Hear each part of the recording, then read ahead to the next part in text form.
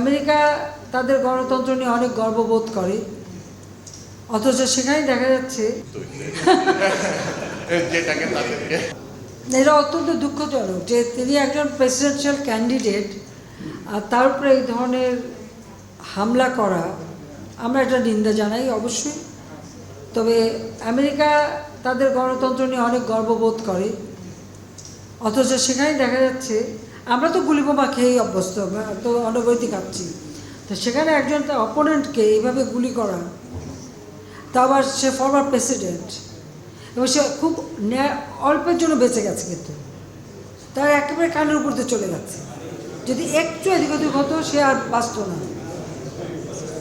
এটা এটা আমেরিকার মতো জায়গায় হয় কীভাবে? এটা আমেরিকার মতো সভ্য দেশে যারা গণতন্ত্রের এত বড় প্রবক্তা, এত বড়, সেই দেশে এই ঘটনা ঘটবে কেন? সেটাও তো আমাদের একটা প্রশ্ন।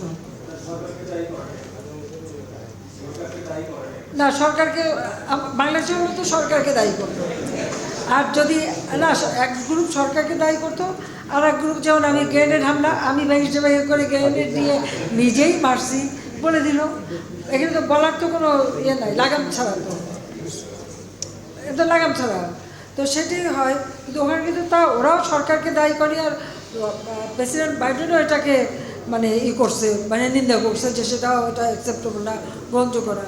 কাজে সে এইটুক সভ্যতা তারা আছে। তা আমার মনে হয় যারা এই যে কথা কথায় আমাদের দেশে সব দোষারোপ করার চিন্তা, তাদের এখান থেকে শিক্ষা নেওয়া উচিত। তবে এই ঘটনাটা সত্যি খুব দুঃখজনক যে একমাত্র প্রেসিডেন্সিয়াল ক্যান্ডিডেট তাকে এভাবে হামলা করা বা করা, তারা এটা নিয়ন্ত্রণ করতে পারছে না।